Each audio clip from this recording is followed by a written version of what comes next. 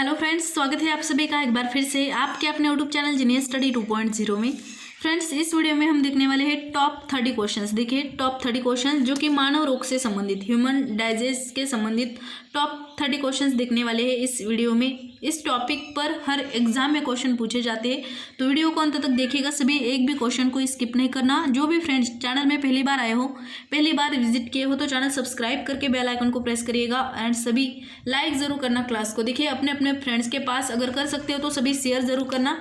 देखते हैं first question के साथ, यहाँ पर सभी के कमेंट्स आने ही चाहिए। ध्यान से क्लास को करना है आपको, बहुत ही कम समय में क्लास को करेंगे। फटाफट से कमेंट करने आपको बताना यहाँ पर किस तत्व की कमी से घेंघा रोग होता है। मोस्ट इंपॉर्टेंट क्वेश्चन, कौन से तत्व के कमी के कारण घेंघा रोग होता है। तो साथियों, यहाँ पर राइट आंसर आएगा आयोडीन। देखिए ऑप्शन सी आप याद रखिएगा। घेंघा रोग जो है आयोडीन के कमी के कारण होता है। आयोडीन जिसे हम आई से संकेत करते हैं, एंड आयोडीन का परमाणु संख्या एटॉमिक नंबर कितना होता है, तो 53 होता है, आप याद रखिएगा। आगे देखते हैं क्वेश्चन, यहाँ पर कमेंट करना, बताना सिलिकोसिस एक है, आपको बताना है सिलिकोसिस आखिर है क्या। तो यहाँ पर करेक्ट आंसर आएगा ऑप्शन सी। देखिए, फेफड़े से संबंधित एक बीमारी है सिलिकोसिस, आप याद रखिएगा। बात हो रही है फेफड़ी की। देखिए, क्वेश्चन पूछा जाता है कि मानव के फेफड़े में पानी की मात्रा कितनी पाई जाती है। तो मानव के फेफड़े में जो है 80% पानी पाया जाता है, आप याद रखिएगा। वैसे पूरे मानव शरीर की हम बात करें तो उस शरीर में पानी की मात्रा पाई जाती है 60% हमारे फेफड़े में पाया जाता है, 80% मस्तिष्क में पाया जाता है 85, एंड रक्त में कितना पाया जाता है 79% रक्त में हमारे पानी पाया जाता है। आगे देखते हैं क्वेश्चन, यहाँ पर कमेंट करना, बताना निम्नलिखित में से कौन सा रोग कवक जनित है। मोस्ट इंपॉर्टेंट क्वेश्चन, साथियों ध्यान से कमेंट करना सभी, बताना सभी यहाँ पर निम्नलिखित में से कौन सा रोग कवक जनित रोग है। तो देखिए, गंजापन, ऑप्शन सी यहाँ पर करेक्ट आंसर आएगा। गंजापन जो है क्या है, एक कवक जनित रोग है।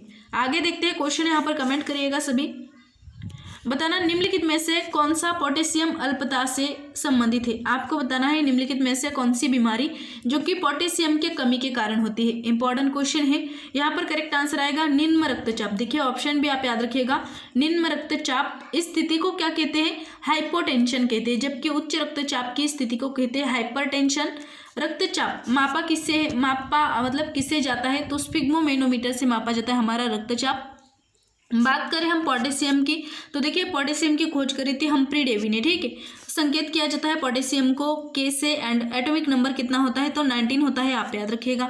आगे देखते हैं क्वेश्चन, यहाँ पर कमेंट करना सभी, बताना लंबे समय तक उपवास रखने का सर्वाधिक प्रभाव शरीर के किस अंग पर पड़ता है। सारे ही क्वेश्चंस इंपॉर्टेंट है, वीडियो को ध्यान से देखिएगा सभी के कमेंट्स यहाँ पर आने ही चाहिए, एंड सभी लाइक जरूर करना क्लास को। अगर कर सकते हो तो अपने अपने फ्रेंड्स के पास शेयर करिएगा सभी। बताना यहाँ पर लंबे समय तक उपवास करने का सर्वाधिक प्रभाव शरीर के किस अंग पर पड़ता है। देखिए करेक्ट आंसर आएगा यहाँ पर गुर्दे पर, यानी ऑप्शन डी आप याद रखिएगा। गुर्दा यानी किडनी पर जो है सर्वाधिक प्रभाव पड़ता है लंबे समय तक उपवास के कारण। आगे देखते हैं क्वेश्चन, यहाँ पर कमेंट करना, बताना निम्नलिखित में से कौन सा रोग प्रोटोजोआ के द्वारा होता है।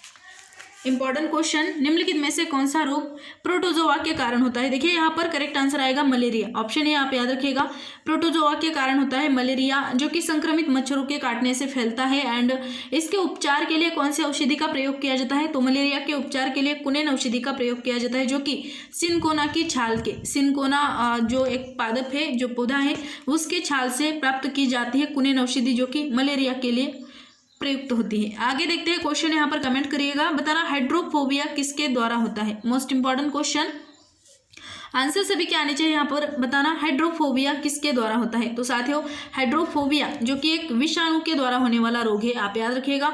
ऑप्शन सी यहाँ पर करेक्ट आंसर आएगा। हाइड्रोफोबिया जो कि रेबीज के कारण होता है, एंड रेबीज के टीके की खोज किसने करी थी, तो लुईस पाश्चर ने करी थी। हाइड्रोफोबिया में होता क्या है, तो पानी से डर लगने लगता है, एंड रेबीज क्यों होता है, तो संक्रमित जानवरों के काटने से, हाँ बिल्कुल कुत्तों के काटने से।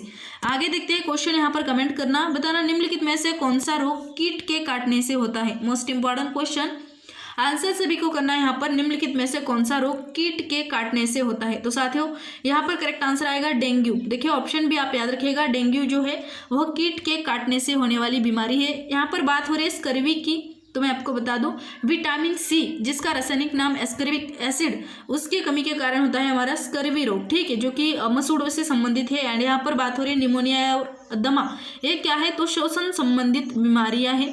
आगे देखते हैं क्वेश्चन, यहाँ पर कमेंट करिएगा सभी।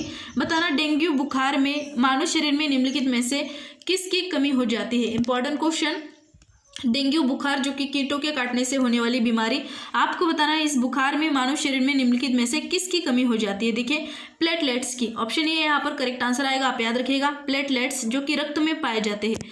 आगे देखते हैं क्वेश्चन, यहाँ पर कमेंट करना। बताना इन देशों में जहाँ लोगों का मुख्य खाद्यान्न पॉलिश किया हुआ चावल है, वहाँ के लोग पीड़ित है किस बीमारी से।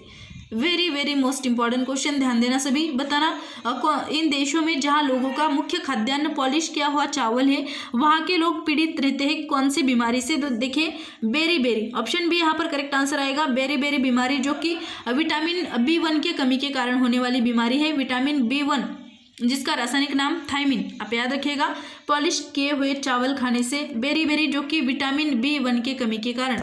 आगे देखते हैं क्वेश्चन, यहाँ पर कमेंट करना। बताना बीमारी का पता लगाने का यंत्र MRI का मतलब क्या होता है। इंपॉर्टेंट क्वेश्चन, देखिए MRI का आपको लॉन्ग फॉर्म पूछा गया है। यहाँ पर राइट आंसर आएगा ऑप्शन सी, देखिए चुंबकीय रेजोनेंस चित्रीकरण, ऑप्शन सी आप याद रखिएगा, मैग्नेटिक रेजोनेंस इमेजिंग, बिल्कुल ऑप्शन सी आप याद रखिएगा यहाँ पर। आगे देखते हैं क्वेश्चन, यहाँ पर कमेंट करना। बताना BMD परीक्षण किया जाता है किसके पहचान के लिए। मोस्ट इंपॉर्टेंट क्वेश्चन, आंसर सभी के आने चाहिए। यहाँ पर बताना BMD परीक्षण जो है किसके पहचान के लिए किया जाता है। तो साथियों करेक्ट आंसर आएगा यहाँ पर ऑस्टियोपोरोसिस, देखिए ऑप्शन से आप याद रखिएगा ऑस्टियोपोरोसिस जो कि एक हड्डियों से संबंधित बीमारी है। क्वेश्चन पूछा जाता है हड्डी से हड्डी को जोड़ने वाला उत्तक कौन सा है, तो याद रखिएगा हड्डी को हड्डी से जोड़ने वाला उत्तक का नाम है लिगामेंट, जबकि हड्डियों को मांसपेशियों में जोड़ने का काम करता है हमारा टेंडन। बिल्कुल यहाँ पर ऑप्शन सी राइट आंसर आएगा ऑस्टियोपोरोसिस, इसके निदान के लिए प्रयोग किया जाता है BMD का। आगे देखते हैं क्वेश्चन, यहाँ पर कमेंट करिएगा सभी। बताना यहाँ पर BMD का फुल फॉर्म क्या है। अभी हमने बात करी थी BMD जो कि ऑस्टियोपोरोसिस के निदान के लिए प्रयोग की, मतलब इसका इस्तेमाल किया जाता है। यहाँ पर आपको बताना है BMD का फुल फॉर्म क्या होता है। तो साथियों यहाँ पर राइट आंसर क्या आना है, तो सभी याद रखिएगा ऑप्शन बी, देखिए बोन मिनरल डेंसिटी, ऑप्शन भी आप याद रखिएगा बोन मिनरल डेंसिटी यहाँ पर राइट आंसर आएगा। आगे देखते हैं क्वेश्चन, यहाँ पर कमेंट करना सभी के आंसर्स यहाँ पर आने चाहिए। देखिए जिन्होंने अभी तक क्लास को लाइक नहीं किया हो सभी साथी लाइक करना है, जो भी नए हो चैनल पर पहली बार आए हो तो चैनल सब्सक्राइब करके बेल आइकन को प्रेस करना, एंड कर सकते हो तो अपने अपने दोस्तों के पास शेयर जरूर करना। बताना यहाँ पर जो मनुष्य ये नहीं समझ पाता कि कब उसे अपना भोजन बंद कर देना चाहिए, वो पीड़ित होता है कौन से रोग से। देखिए यहाँ पर थोड़ा टाइपिंग मिस्टेक है, आप बताना वो मनुष्य जो कि यह समझ नहीं पाता कि उसे अपना भोजन कब बंद करना चाहिए, वो कौन से रोग से पीड़ित होगा। तो देखिए बुलिमिया, ऑप्शन ए यहाँ पर करेक्ट आंसर आएगा बुलिमिया, जिसे हम हिंदी में भस्मक रोग कहते हैं, ठीक है, भस्मक रोग, eating disorder, option A correct answer आएगा बुलिमिया। आगे देखते हैं क्वेश्चन, यहाँ पर कमेंट करना। बताना यदि कोई मानवीय रोग विश्व के वृहद क्षेत्र में फैलता है तो उसे क्या कहते हैं। मोस्ट इंपॉर्टेंट क्वेश्चन, ध्यान देना सभी। बताना यदि कोई मानवीय रोग विश्व के वृहद क्षेत्र में फैलता है तो उसे क्या कहते हैं। तो देखिए pandemic, option A correct answer आएगा यहाँ पर पेडेमिक, जैसे कि अभी कोरोना बीमारी वो क्या है तो पेडेमिक है। आगे देखते हैं क्वेश्चन, यहाँ पर कमेंट करना। बताना PDT का टीका जो है निम्नलिखित में से किसकी सुरक्षा हेतु दिया जाता है। क्वेश्चन 16 सभी ध्यान देना, यहाँ पर PDT का टीका निम्नलिखित में से किसकी सुरक्षा के हेतु दिया जाता है। तो साथियों करेक्ट आंसर आएगा ऑप्शन सी, देखिए डिप्थीरिया, कुंकर खांसी एंड टिटनेस के लिए, यानी ऑप्शन सी आप याद रखिएगा। आगे देखते हैं क्वेश्चन, यहाँ पर कमेंट करना। बताना PDT का टीका निम्नलिखित में से किसके काम नहीं आता है। काफ़ी सिंपल क्वेश्चन, देखिए अभी हमने बात करी थी कि PDT टीका जो है डिप्थीरिया, काली खांसी और टिटनेस के कारण दिया जाता है, इसकी रोकथाम के लिए दिया जाता है, तो पोलियो के लिए नहीं, यानी ऑप्शन भी यहाँ पर करेक्ट आंसर आएगा पोलियो, जिसके टीके की खोज किसने करी थी तो जॉन ई साल्क ने करी थी, आप याद रखिएगा। आगे देखते हैं क्वेश्चन, यहाँ पर कमेंट करना सभी। क्वेश्चन 18 यहाँ पर बताना इनमें से कौन सा रोग जीवाणु के द्वारा नहीं होता है। मोस्ट इंपॉर्टेंट क्वेश्चन, देखिए इनमें से कौन सा रोग जीवाणु के कारण नहीं होता है। करेक्ट आंसर आएगा एडस। यहाँ पर ऑप्शन ए आप याद रखिएगा। यहाँ पर डिप्थीरिया, हैजा, काली खांसी ये सभी जीवाणु जनित रोग है, लेकिन एडस जो है वायरस जनित रोग है। देखिए एडस के उपचार के लिए एंटी रेट्रोवायरल औषधि का प्रयोग किया जाता है। एंड एडस के लिए कौन सी टेस्ट की जाती है, तो एलिजा टेस्ट की जाती है, आप याद रखिएगा। आगे देखते हैं क्वेश्चन, यहाँ पर कमेंट करना, बताना रक्त में निम्नलिखित में से रक्त में किसकी अधिकता से ब्लू बेबी सिंड्रोम नामक बीमारी होती है। ध्यान देना क्योंकि क्वेश्चन सारे ही इंपॉर्टेंट है। बताना यहाँ पर रक्त में निम्नलिखित में से किसकी अधिकता से ब्लू बेबी सिंड्रोम नामक बीमारी होती है। देखिए यहाँ पर करेक्ट आंसर आएगा मेथेमोग्लोबिन। देखिए ऑप्शन सी यहाँ पर करेक्ट आंसर आएगा, आप याद रखिएगा मेथेमोग्लोबिन। आगे देखते हैं क्वेश्चन, यहाँ पर कमेंट करना, बताना चिकित्सीय भाषा में गोल्डन आवर का संबंध क्या है।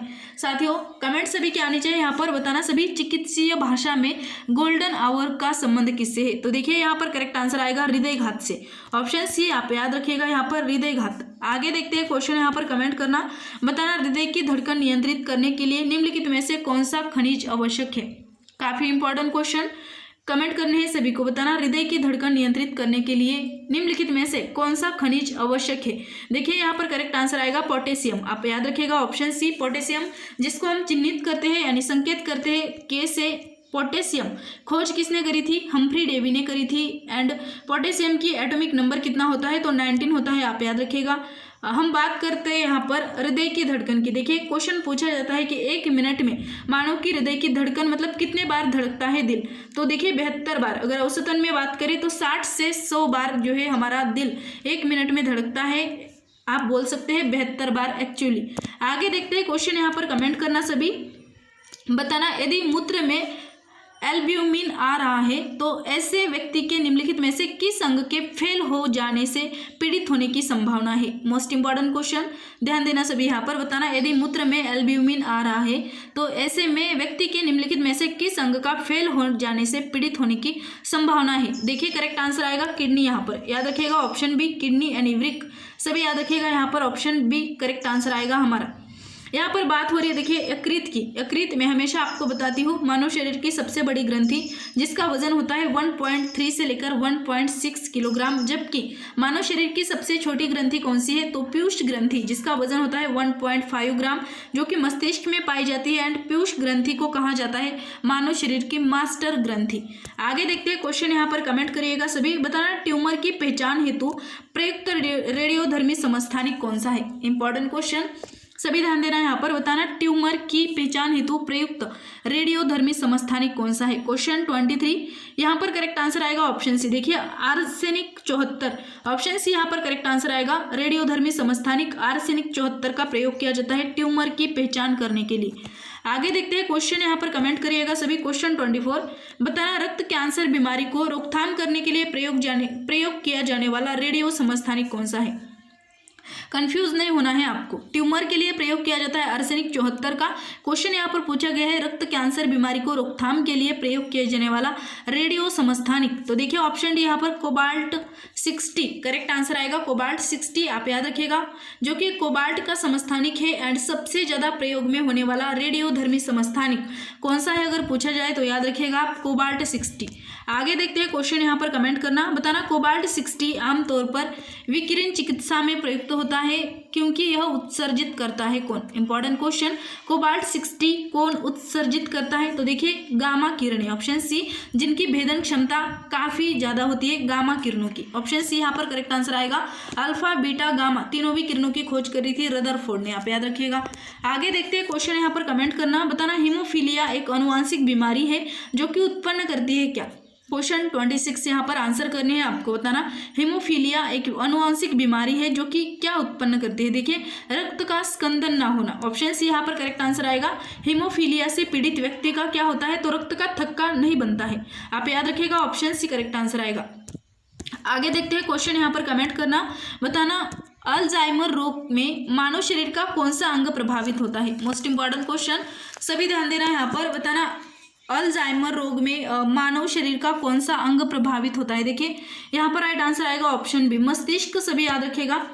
काफी बार क्वेश्चन पूछा जाता है कि मानव मस्तिष्क का भार कितना होता है। तो देखिए लगभग मानव मस्तिष्क का भाग जो है 1350 ग्राम से लेकर 1400 ग्राम तक होता है, आप याद रखिएगा। आगे देखते हैं क्वेश्चन, यहाँ पर कमेंट करना सभी। क्वेश्चन 28, बताना पोलियो का वायरस शरीर में प्रवेश करता है किसके द्वारा? ध्यान से कमेंट करना सभी। यहाँ पर पोलियो का वायरस शरीर में प्रवेश करता है किसके द्वारा? तो देखिए यहाँ पर करेक्ट आंसर आएगा दूषित भोजन तथा जल से, यानी ऑप्शन भी आप याद रखिएगा पोलियो, जिसके टीके की खोज करी थी जॉन साल्क ने।